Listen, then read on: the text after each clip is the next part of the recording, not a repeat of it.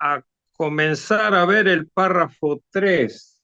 Les voy a pedir que miren en su declaración de fe el párrafo 3 del capítulo 11. Lo voy a leer para que lo tengamos claro de qué se trataba, qué es lo que decía. Dice así: Cristo, por su obediencia y muerte, saldó totalmente la deuda de todos aquellos que son justificados, y por el sacrificio de sí mismo, la sangre de su cruz, sufriendo en lugar de ellos el castigo que merecían, satisfizo adecuada, real y completamente a la justicia de Dios en favor de ellos, que seríamos nosotros.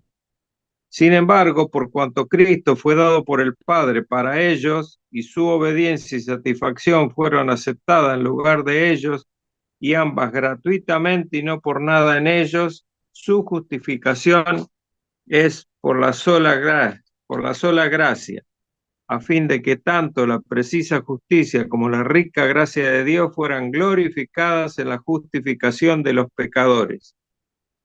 Y en este párrafo hay 5 apartados, se divide en 5 partes, pero no vamos a repasar cada una de las partes porque si no, no terminamos más.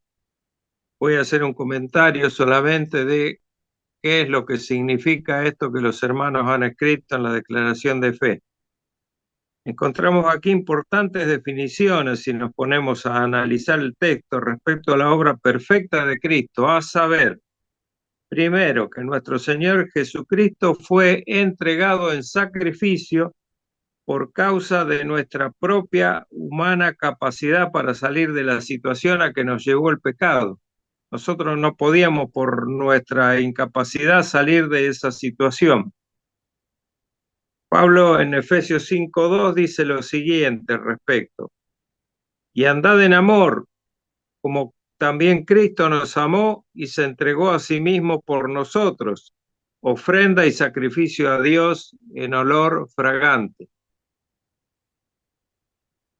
Y aquí debemos resaltar 2 cosas de este texto: que primero, que Cristo fue entregado y se ofreció en obediencia en forma voluntaria. Eso fue voluntariamente que Cristo se ofreció, nadie lo obligó. No fue por obligación, sino por cumplimiento del perfecto plan de redención preparado desde antes de la fundación del mundo. Él se entregó a sí mismo, dice Pablo en el texto que leímos, se entregó a sí mismo. Segundo, vemos que esta justificación es un regalo, es algo gratuito que viene de parte del Padre, o sea que solo por gracia.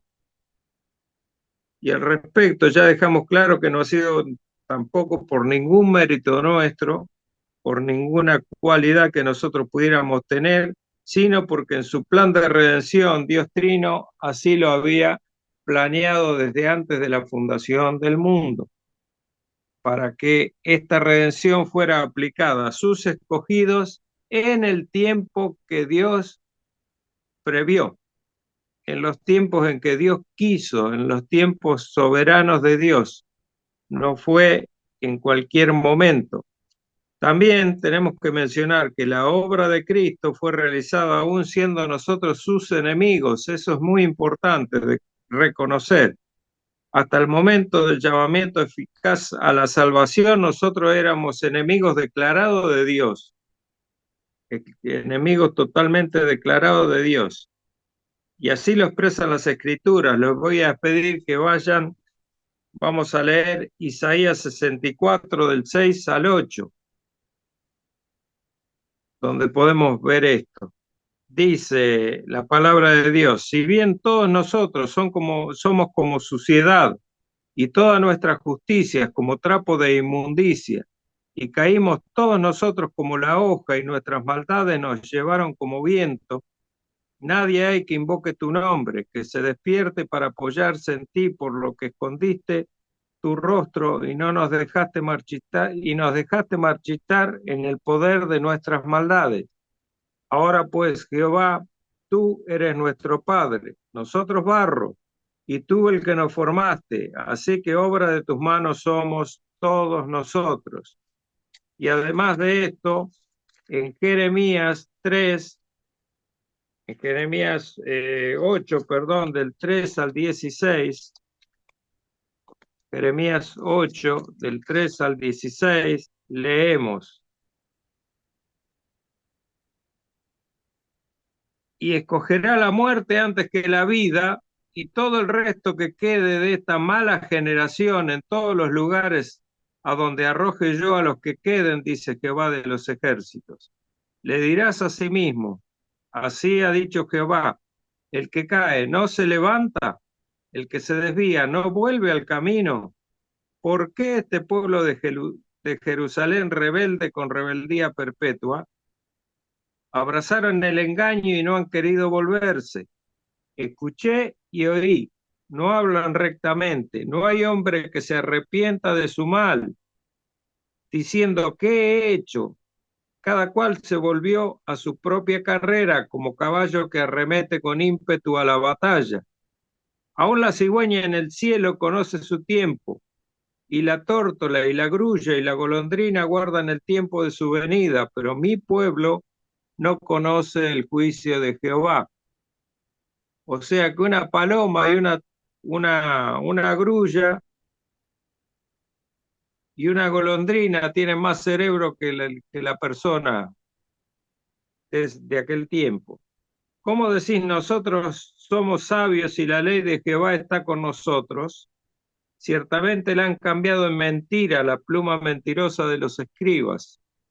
Los sabios se avergonzaron, se espantaron y fueron consternados. He aquí que aborrecieron la palabra de Jehová. ¿Y qué sabiduría tienen? Por tanto, daré a otros sus mujeres y sus campos quienes la conquisten, porque desde el más pequeño hasta el más grande, cada uno sigue la avaricia. Desde el profeta hasta el sacerdote, todos hacen engaño.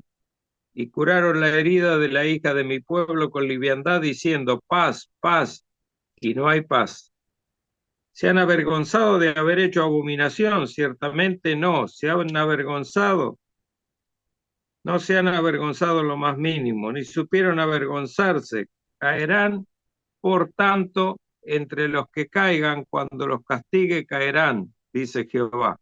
Los cortaré del todo, dice Jehová, no quedarán uvas en la vid ni higos en la higuera, y se caerá la hoja, y todo lo que les he dado pasará de ellos. ¿Por qué nos estamos sentados?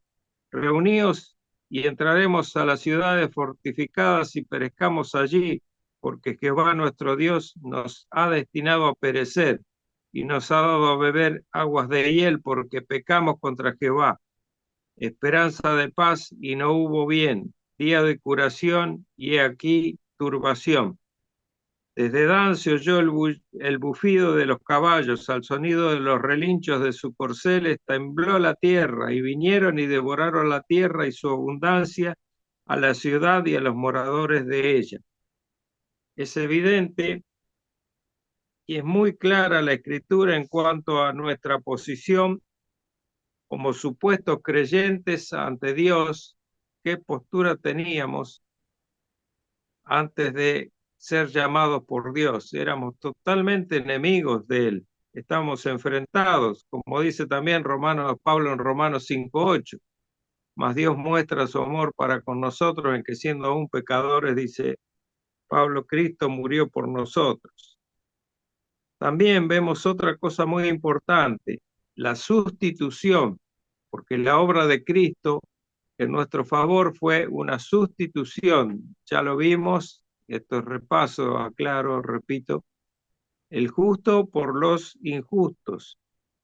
En 2 Corintios 5:21 está el famoso versículo que ya conocemos de memoria: el que no conoció pecado, por nosotros Dios el Padre lo hizo pecado, para que nosotros fuéramos hechos, ¿qué? Justicia de Dios en él, porque la justicia de Dios se aplicó en Cristo. Jesucristo fue el Cordero inocente, perfecto y sin pecado, que en sustitución nuestra sufrió la muerte física y espiritual, de las dos maneras.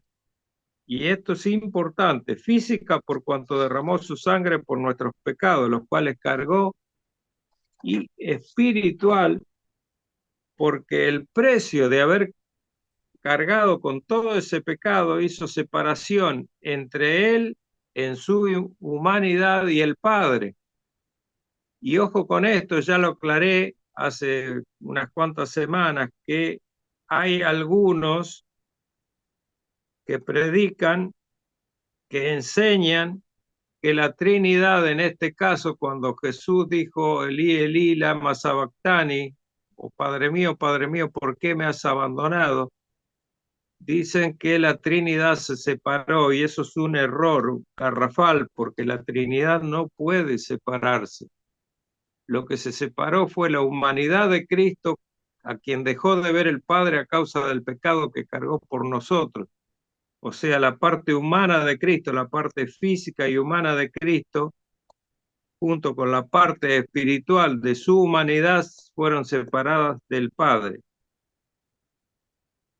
Efesios 1:7 y Romanos 3:24 vamos a leer y nos va a aclarar un poquito esta cuestión. Dice Efesios 1:7, Pablo, en quien tenemos redención por su sangre, el perdón de pecados según las riquezas de su gracia. O sea, Cristo murió porque se necesitaba que la redención se diera a través de su sangre derramada para el perdón de los pecados. Romanos 3:24, yo le agregué hasta el 26 porque Romanos 3:24 solo me pareció demasiado incompleto. Lo leo, Romanos 3:24 al 26. Dice Pablo, siendo justificados gratuitamente por su gracia, mediante la redención que es en Cristo Jesús, a quien Dios puso por propiciación por medio de la fe en su sangre, para manifestar su justicia a causa de haber pasado por alto en su paciencia los pecados pasados, con la mira de manifestar en este tiempo su justicia, a fin de que Él sea el justo y el que justifica al que es de la fe de Jesús. Al destacar, para destacar de este último párrafo de Romanos, hay 4 puntos que yo anoté que podemos ver ahí. Primero, la redención es por Cristo y en Cristo, de las dos maneras, es decir, que esta libertad del pecado la ganó Cristo a precio de su sangre y es aplicada únicamente a los que están en Cristo por la sola fe y gracia de nuestro Padre Celestial, por Cristo y en Cristo. Lo segundo, nuestro Padre Celestial fue quien lo puso como propiciación a Cristo, es decir, para hacer la paz entre los pecadores y el Padre Santo. Por eso es nuestro intercesor, nuestro Señor Jesucristo, el intercesor entre nosotros y Dios el Padre. Primero hizo la paz entre nosotros y Él, y ahora intercede por nosotros. Tercero, con esto queda totalmente saldada la deuda por el pecado y por todos los pecados, pasados, presentes y futuros. Cuarto, de esta forma el Padre muestra su justicia y justifica a todo aquel que cree al haber sido satisfecha su ira contra el pecador, solo por la fe en el Cordero que cargó sobre sí el pecado de todos nosotros, de todo su pueblo, y recibió toda la ira santa del Padre en sí mismo en nuestro lugar. De nuevo, una sustitución vicaria.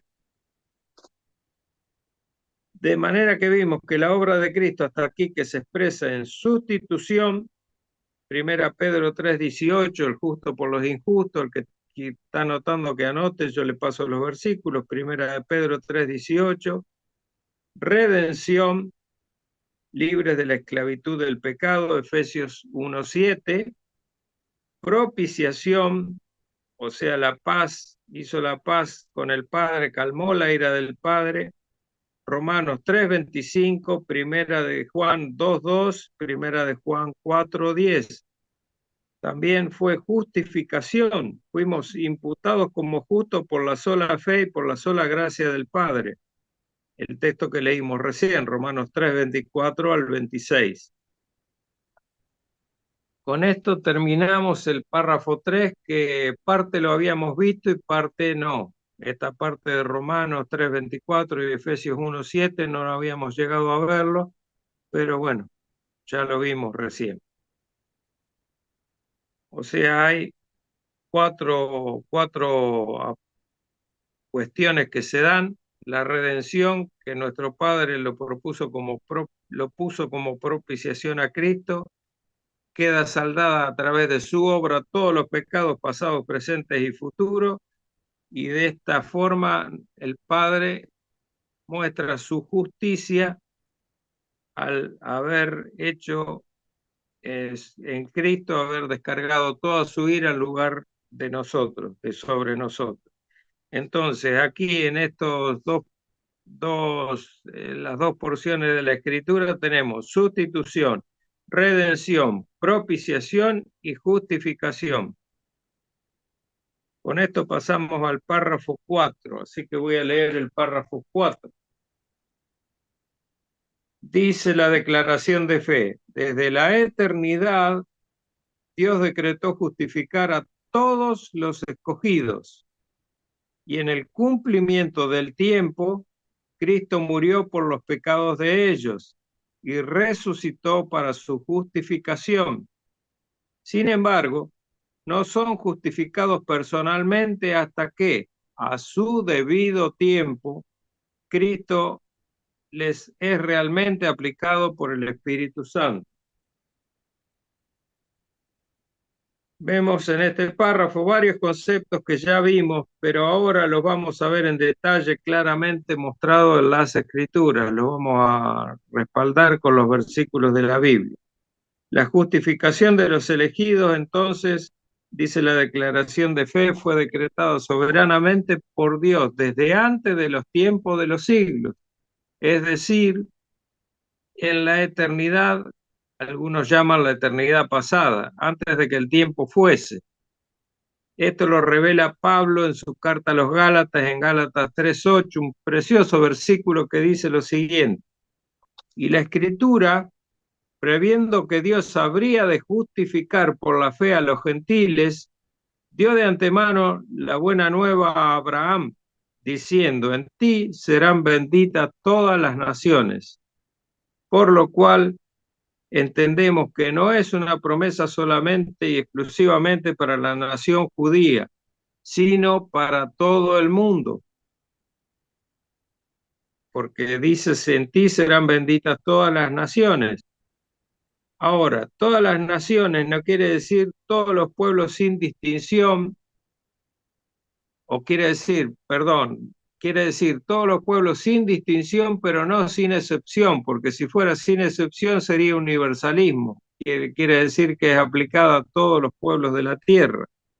Es decir, que todas las señas de la tierra que están inscritos en el libro de la vida, como vemos en Romanos 8, 29 y 30, que dice que a los que escogió, los que antes conoció, a estos los predestinó para que fueran santos, y a todos los predestinados, a estos también los llamó.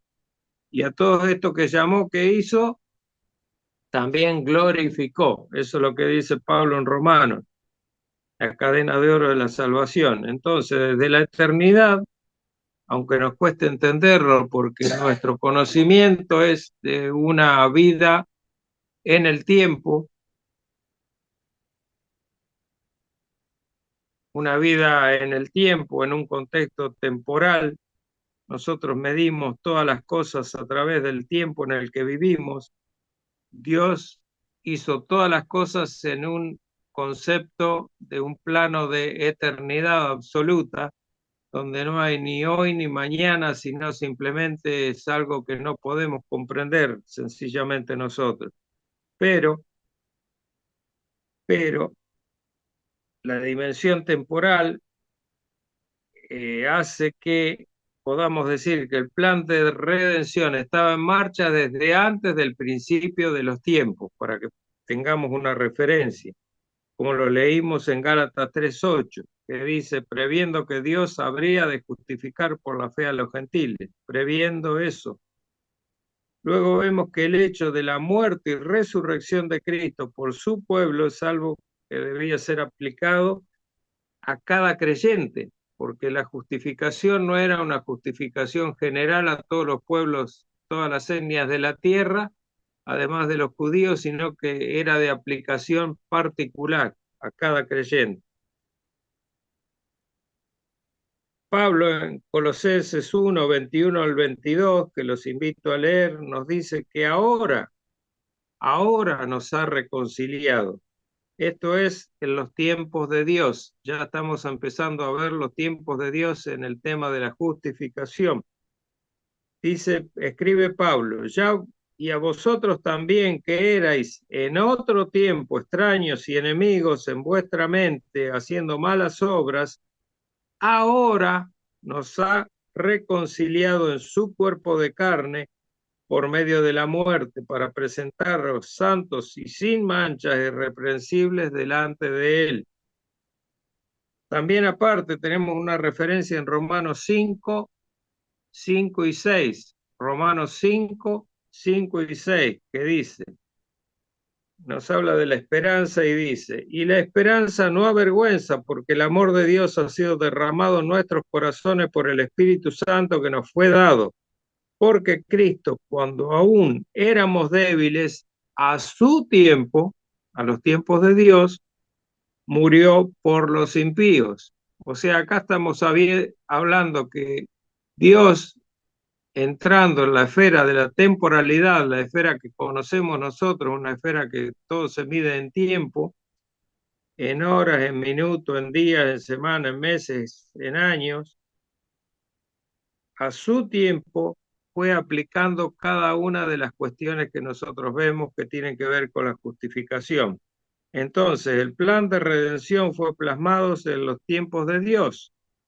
La encarnación de Cristo fue planeada en los tiempos de Dios o fue concretada en los tiempos de Dios. Su muerte vicaria también se dio según la voluntad del Padre a su tiempo. No murió en cualquier momento Cristo. Es más, Cristo, nuestro Señor, regresará cuando se den los tiempos de Dios, cuando Dios quiera, no cuando nosotros lo esperemos. Así que, volviendo a leer, ya vimos que Dios continúa desde la eternidad, ya lo vimos, desde la eternidad, desde antes que comenzara el tiempo, correr el tiempo para el hombre. Dios decretó justificar a todos los escogidos. Ya estábamos escogidos desde la eternidad, desde antes del tiempo. Y en el cumplimiento del tiempo, Cristo murió por los pecadores de ellos, por los pecados de ellos, y resucitó para su justificación, a su tiempo, los tiempos de Dios. No son justificados personalmente hasta que a su debido tiempo Cristo le es realmente aplicado por el Espíritu Santo. O sea, la obra de la redención la efectúa Cristo por gracia del Padre, y quien aplica la justificación a nuestras vidas, a cada uno de los llamados a creer, llamados a salvación, es el Espíritu Santo de Dios. O sea que la obra de salvación y de justificación es una obra trinitaria. Las tres personas de la Trinidad son las que operan en este tema de la salvación y precisamente, más específicamente, la justificación. Con eso pasamos al párrafo 5. Como verán, vamos más rápido porque elegí otra forma de hacer el comentario de la declaración de fe para no ser tan profundo en cada versículo, sino que podamos entender lo que la declaración de fe dice y nos respaldamos en algunos versículos en particular para tener claro el fundamento que tiene cada una de las expresiones de los párrafos. El párrafo 5 de la declaración de fe dice: Dios continúa perdonando los pecados de aquellos que son justificados. Y aunque ellos nunca pueden caer del estado de justificación, o sea, no podemos perder salvación, sin embargo pueden por sus pecados caer en el desagrado paternal de Dios. Y en esa condición no suelen recibir la restauración de la luz de su rostro hasta que se humillen, confiesen sus pecados, pidan perdón y renueven su fe y arrepentimiento. Lo que está diciendo el párrafo aquí es que nuestra salvación es segura y una vez alcanzada no la podemos perder, lo primero. Lo segundo, Dios sigue perdonando los pecados continuamente y lo continuará haciendo hasta nuestra exaltación con Cristo, hasta que seamos glorificados. Y tercero, nosotros con el pecado no logramos caer de la gracia en el sentido de perder la salvación, pero sí caemos en un estado de desagrado para con Dios en que Él quita, dice la declaración de fe, su rostro de nosotros, o sea, nos deja de ver. Por el pecado entramos en una separación con Dios. No es la muerte espiritual, pero entramos en una separación donde Dios no nos escucha a nosotros hasta que lleguemos a Él en arrepentimiento y fe renovados, dice la declaración de fe. Tenemos que volver a Él confesando nuestros pecados y ahora vamos a ver un ejemplo bíblico muy claro, muy lindo. Aunque nuestros pecados no confesados, dijimos, no perdemos nuestra comunión con el Espíritu Santo totalmente ni definitivamente, sí la podemos perder temporalmente porque nuestros pecados hacen separación entre nosotros y Dios, lo dice la Escritura. Vamos al Salmo 32, que vamos a ver un ejemplo bien claro. Salmo 32 es un salmo de David donde expresa precisamente esto.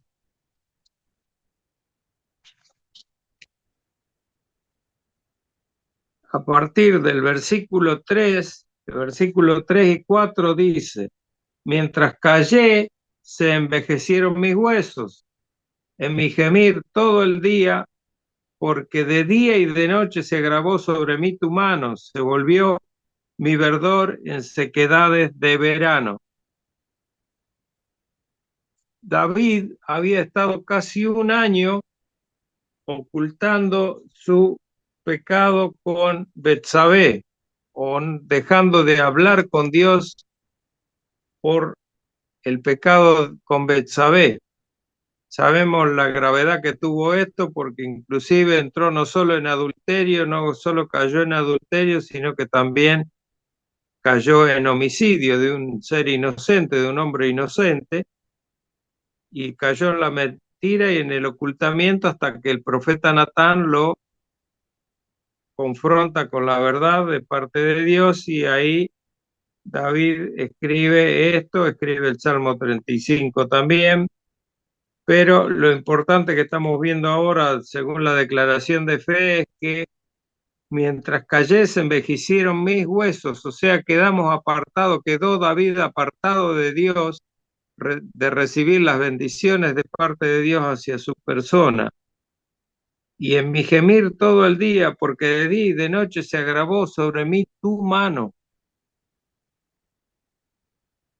Esto último, vemos que después del pecado con Betsabé, vemos que nuestro amado Padre nos condena a lo suyo, no nos condena a nosotros, no nos deja sin salvación.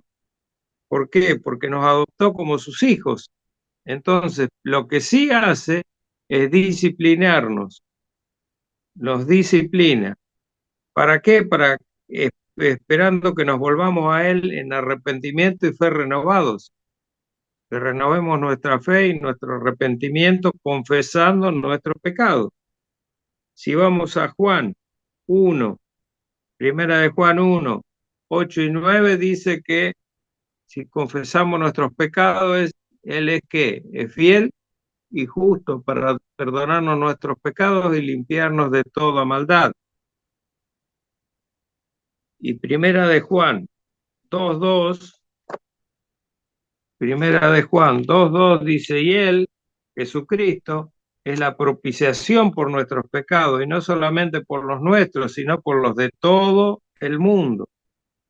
Ahora, por los de todo el mundo, tenemos que entender de nuevo que no es todo el mundo sin excepción, sino todo el mundo sin qué, sin distinción de etnia, lengua, pueblo, nación, etcétera.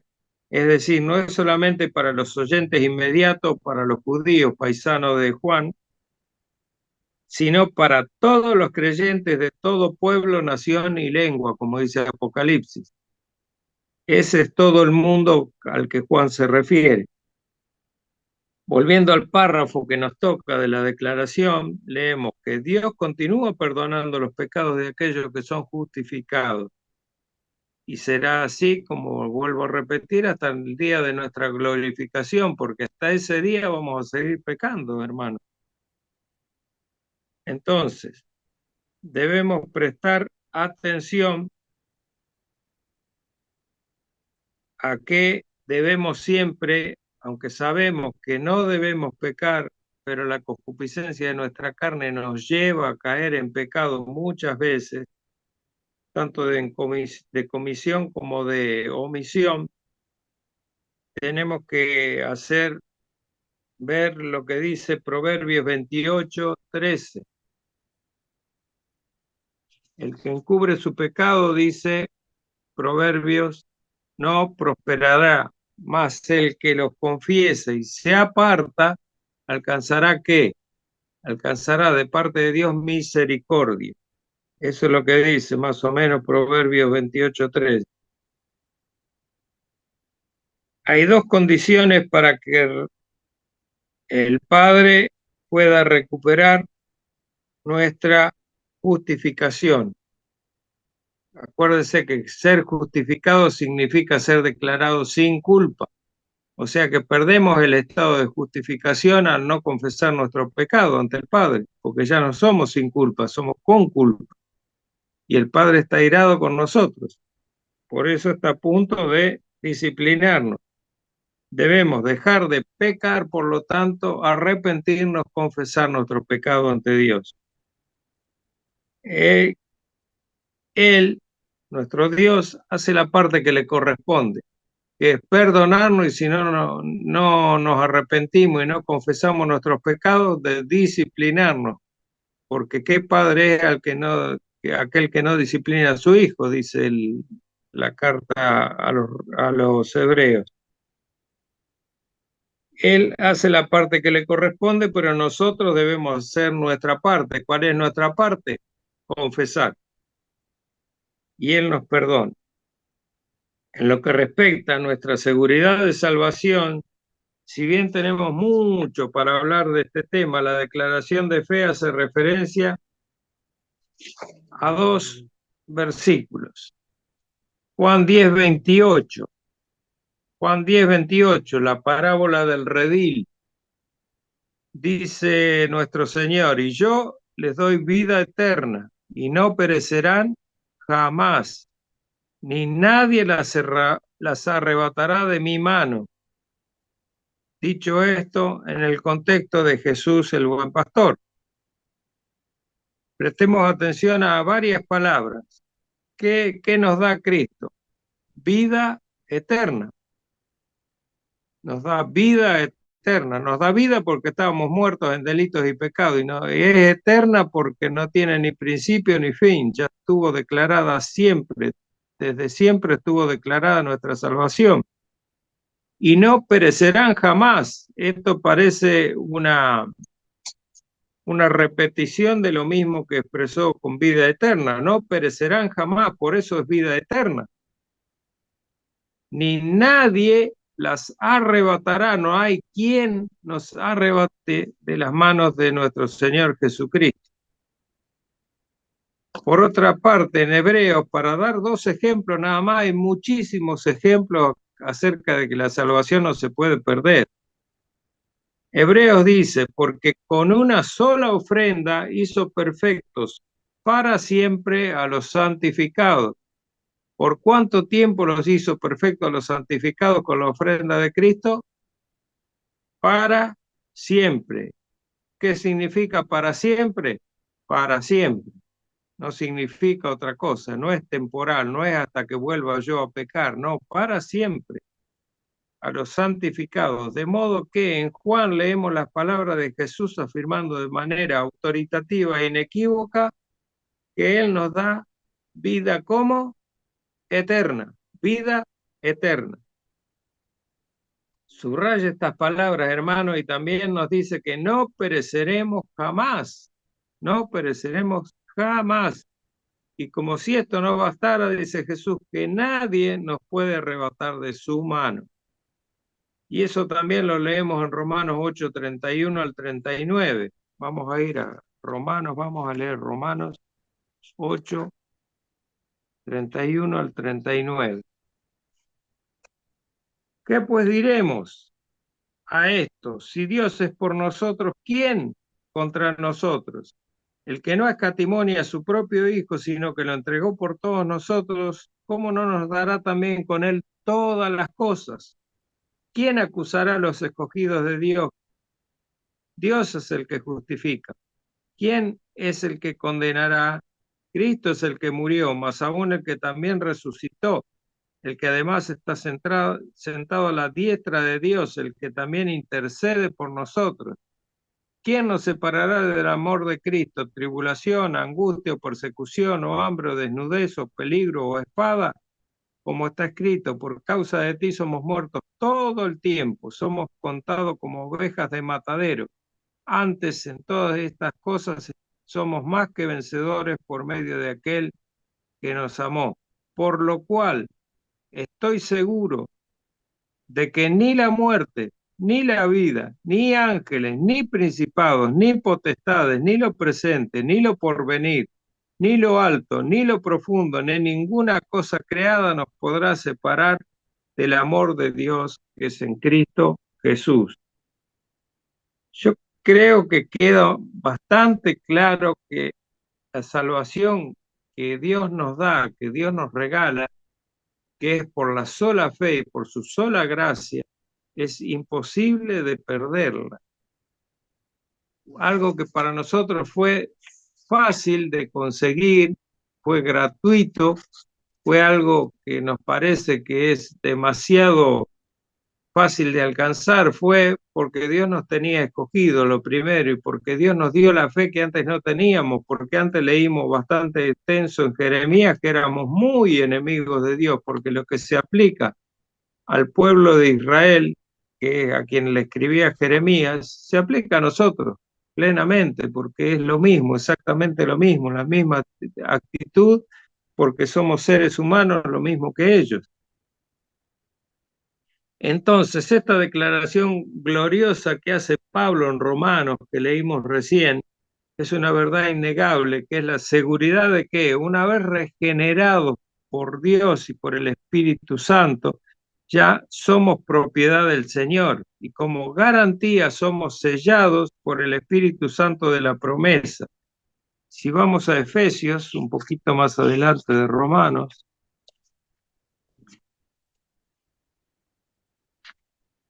Efesios 1, 13 y 14 dice, en él también, en Cristo, vosotros habiendo oído la palabra de verdad del evangelio de vuestra salvación y habiendo creído, fuisteis sellados con el Espíritu Santo de la promesa, que es las arras de nuestra herencia hasta la redención de la posesión adquirida para alabanza de su gloria. Pero como decía hace un rato, debe mediar por parte nuestra el arrepentimiento y la confesión para poder renunciar o reanudar o renovar, perdón, nuestra comunión plena con el Padre. Eso es lo que trata de explicar lo que dice el párrafo 5, que nosotros lo empleamos con los ejemplos, de acuerdo a los versículos que tiene asociados. Y hasta aquí llegamos. Hoy nos faltaría un solo párrafo, el párrafo 6, que lo leo ahora y lo dejamos para comenzar la semana que viene. De paso les digo que Estamos en el capítulo 11 y todo esto corresponde a lo que es salvación y santificación, que termina con el capítulo 15. Así que nos falta 4 capítulos más para terminar con el tema salvación. Dice el párrafo 6 de este capítulo 11: la justificación de los creyentes bajo el Antiguo Testamento fue en todos los sentidos, en todos estos sentidos, una y la misma que la justificación de los creyentes bajo el Nuevo Testamento. Muchas veces nos preguntamos cómo se salvaban en el Antiguo Testamento, si Cristo aún no había muerto, no se había encarnado, y cómo es aplicada la salvación a aquellos que vivieron en aquel tiempo, antes de Cristo. Eso es lo que vamos a ver el jueves que viene. Ustedes en su declaración de fe pueden ir viendo algo en Gálatas 3:9 y Romanos 4 del 22 al 24, que son las referencias bíblicas.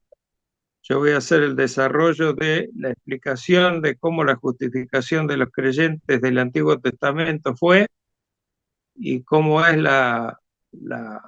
ya sabemos cómo es la justificación de los creyentes del Nuevo Testamento.